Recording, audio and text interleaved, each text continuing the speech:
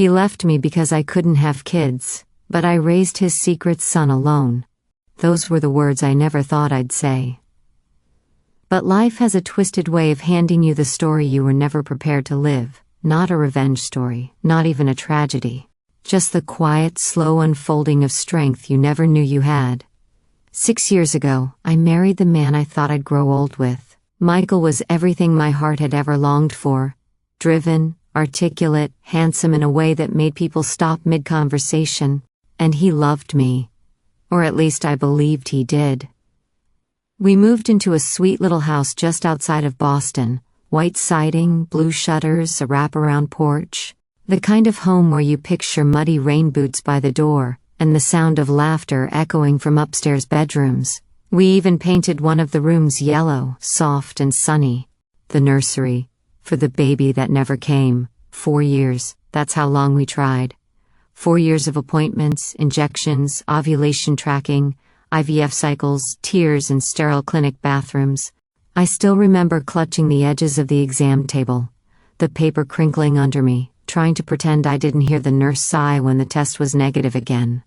Michael was there at first, holding my hand, rubbing my back, whispering it would happen, that we just had to be patient. But somewhere between the third failed round and my 33rd birthday, something shifted.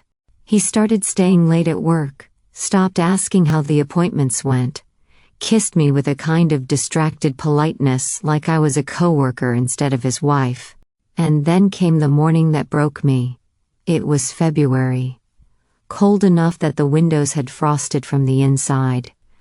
I was in the kitchen in my bathrobe, hugging my coffee mug like it might anchor me. The silence in the house felt heavier than usual, like it knew. Michael walked in, already dressed in his pressed charcoal suit, not a hair out of place. He sat down across from me at the table we picked out together from that little boutique downtown. I remember thinking he looked tired. But not physically. Like his soul had already packed its bags.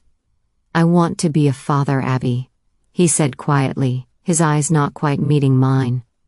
I blinked. "We've been trying." He shook his head. "No, I can't keep doing this. You deserve someone who can give you that. And I deserve a real family." The words hit like an open palm across the face. Not because he raised his voice, he didn't. Not because he was cruel, he wasn't. But because in that moment, everything I'd built in my mind, our life, our future, that yellow nursery, shattered.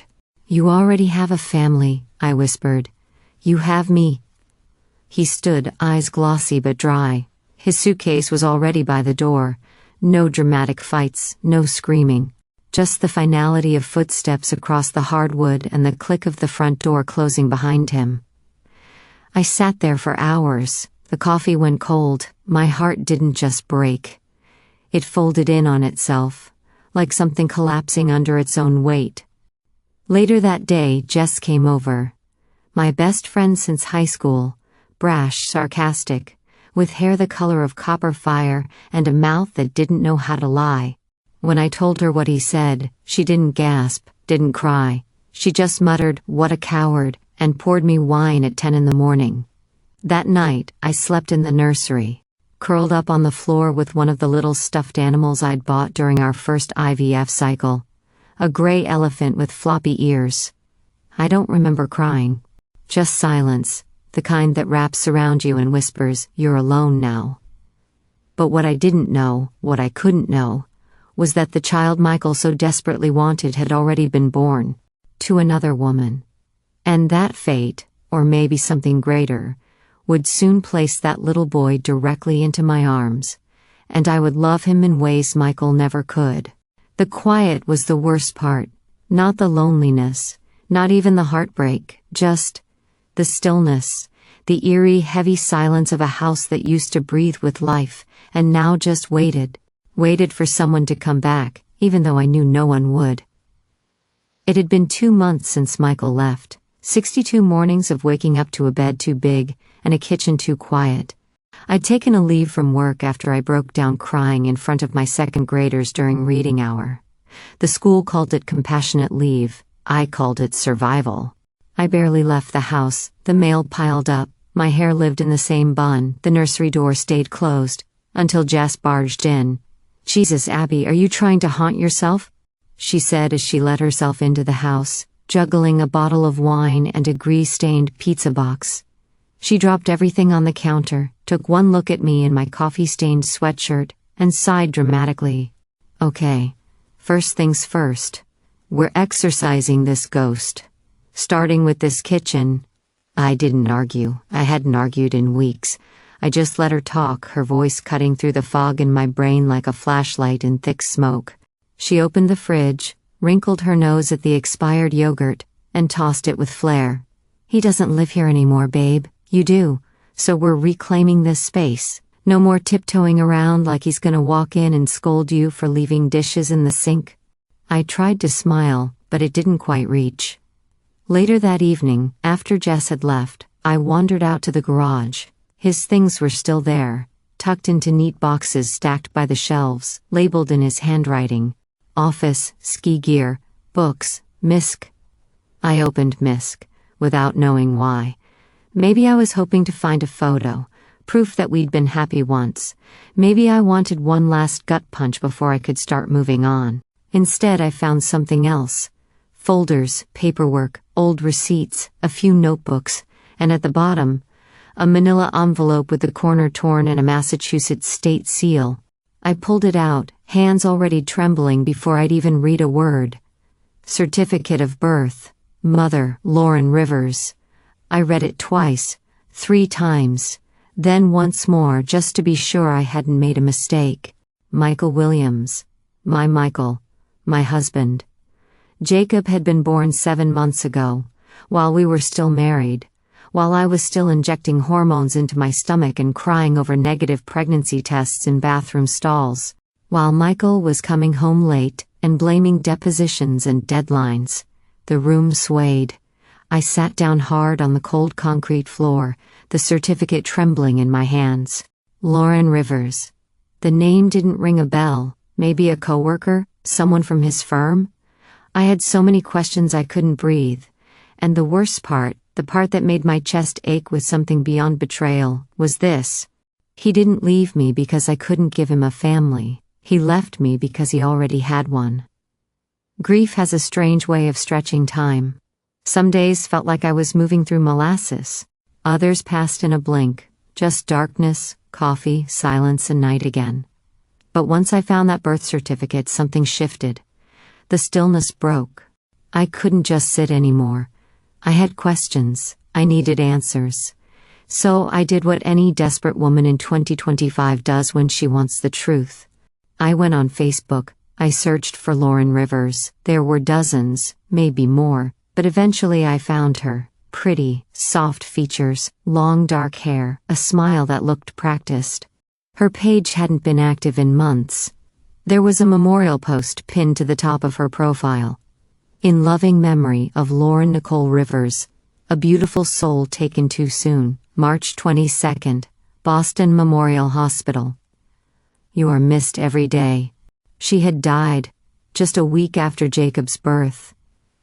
I clicked through the condolences, trying not to imagine the accident. My breath caught when I saw one photo. Lauren holding a tiny baby swaddled in blue, her hospital gown wrinkled, her eyes tired.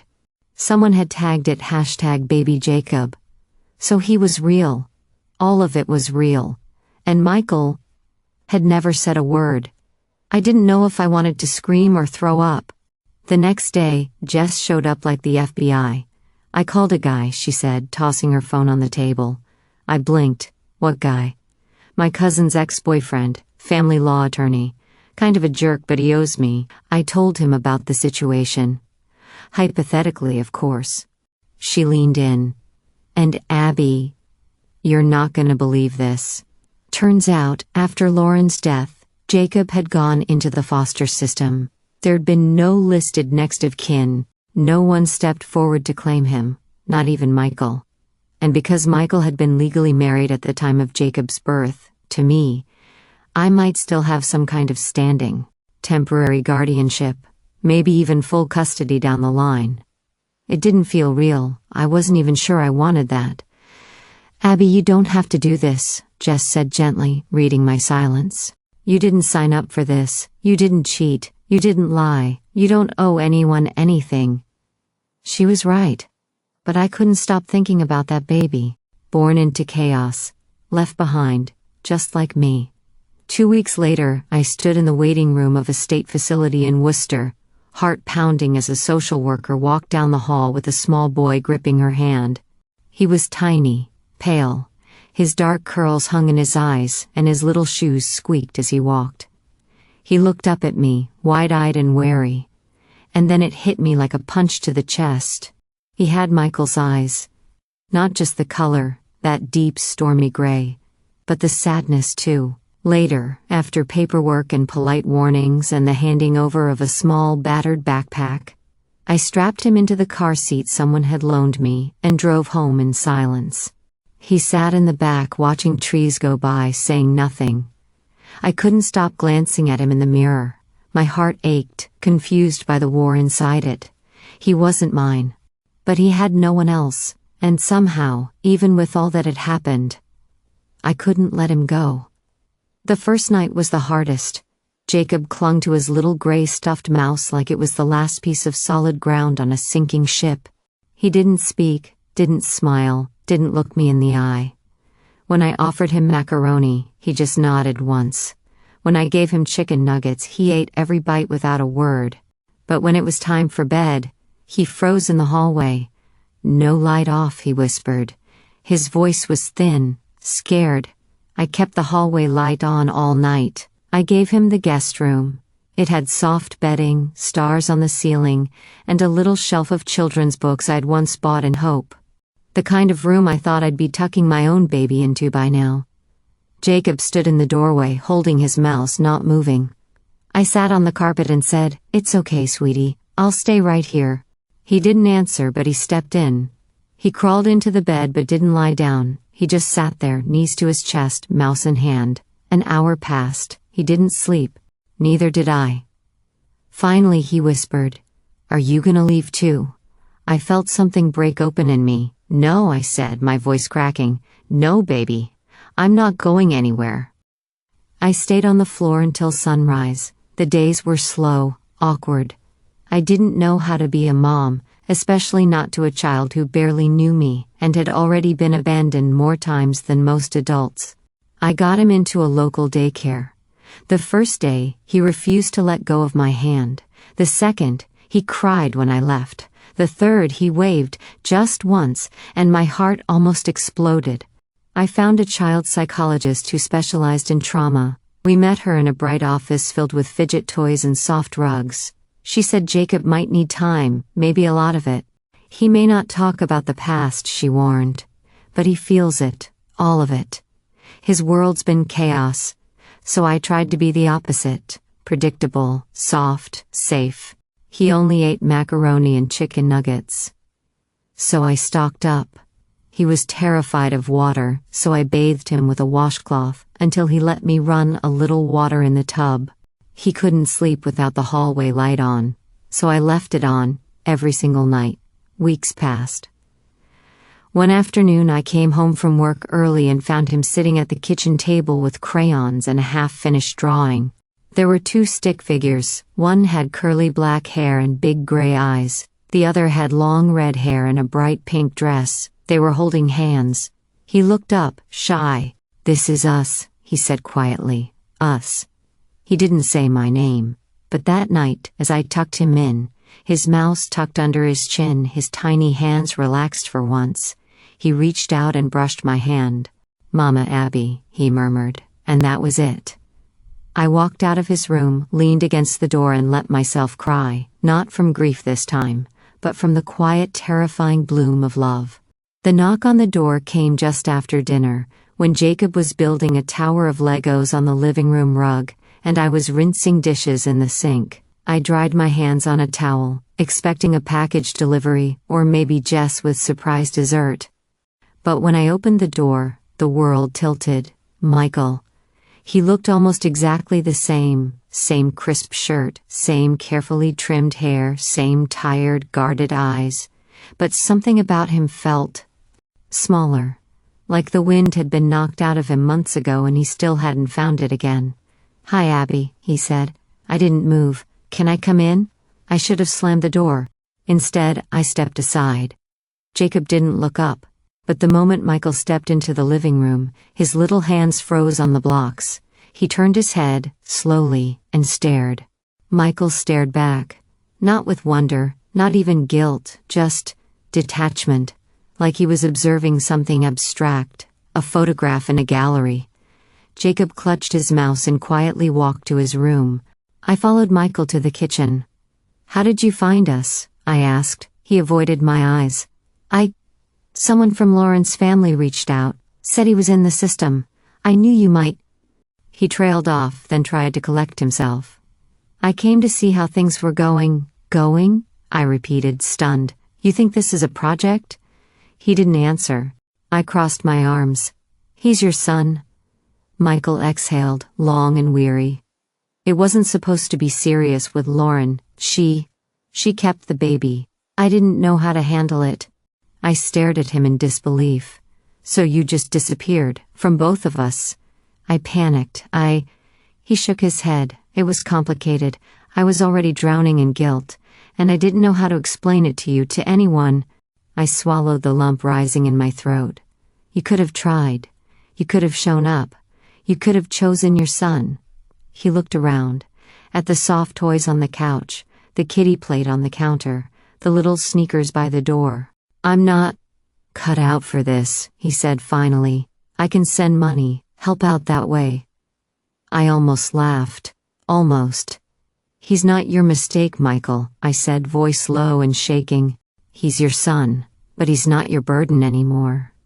Michael looked like he wanted to argue, but then, like always, he backed away from anything hard, from responsibility, from love, from the truth. He nodded once, and he left. No dramatic goodbye, no apology, just the sound of the door clicking shut.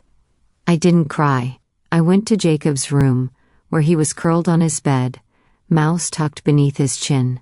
He didn't ask who the man was. He didn't need to. I lay beside him and whispered, "I've got you, baby. I'm not going anywhere." And this time, I felt the truth of it settle into my bones. Forever. A year later, our house finally felt like home. There were crayon drawings taped to the fridge, a muddy pair of light-up sneakers always by the door, a stuffed gray mouse with a chewed ear that mysteriously traveled from room to room like a house spirit. And laughter. So much laughter. Jacob had started talking more. Slowly, shyly, like someone learning a new language, which I suppose he was. The language of trust, of safety. He still ate mostly mac and cheese and chicken nuggets, but he would now try strawberries if I cut them into stars. He still didn't like the dark, but he let me put a soft nightlight shaped like a moon on his nightstand. And sometimes, not always, he called me Mama, but not because anyone told him to, because he wanted to. The adoption was finalized in early spring, on a day when the cherry blossoms bloomed so full they looked like clouds had landed on the earth. The judge smiled when Jacob held my hand and said, "That's my mom." He beamed as we walked out of the courthouse, his tiny hand warm and sticky in mine. Jess threw us a family day party the next weekend. Cupcakes with sprinkles, juice boxes, and a big handmade banner that said, "Love makes a family." There were no big speeches, just people who mattered. Jess, her girlfriend Claire, my fellow teachers, Jacob's preschool teacher who cried more than I did. Jacob was quiet the whole time, absorbing everything with those wide, thoughtful eyes. After the party, he disappeared into his room with his markers and paper. I didn't think much of it, until he padded back into the living room and handed me a folded card with smudged little fingerprints on the edges. On the front was a scribbled drawing of a heart and two stick figures, one tall, one small, holding hands. Inside, in big uneven letters, he'd written, "You didn't grow me in your belly, but you grew me in your heart." The air left my lungs. I stared at the words, then at his face, so proud, so unsure. And I broke. Tears spilled down my cheeks before I could stop them. I dropped to my knees and wrapped him in the tightest hug. "You grew me too, baby. I whispered into his soft curls. You grew me too. That night, we read his favorite book under a blanket fort in the living room, the mouse tucked in beside us. He fell asleep on my shoulder before we reached the last page. I didn't move. I just watched him sleep, his breath soft and steady, and thought, this wasn't the life I planned. It was better. We didn't share blood, but we shared something bigger. We chose each other. We were a real family. The school auditorium buzzed with morning chaos, kids running in every direction, parents clutching coffee cups and smartphones, teachers corralling their little troops. Jacob stood on the edge of the stage, proudly wearing his handmade tree costume, its branches reaching high above his head, leaves fluttering gently with every small movement. I sat in the front row, my heart swelling as I watched him prepare for the morning recital. Mama Tree, Jacob whispered shyly when he saw me. I smiled and gave his hand a gentle squeeze. Later, as the other kids filed onto the stage dressed as animals and forest creatures, I found myself standing beside another parent, a man with kind eyes and a calm presence. His name was Tom, a widower, he told me quietly, with a daughter named Lily in the 2nd grade. We shared smiles and stories as we watched the children perform.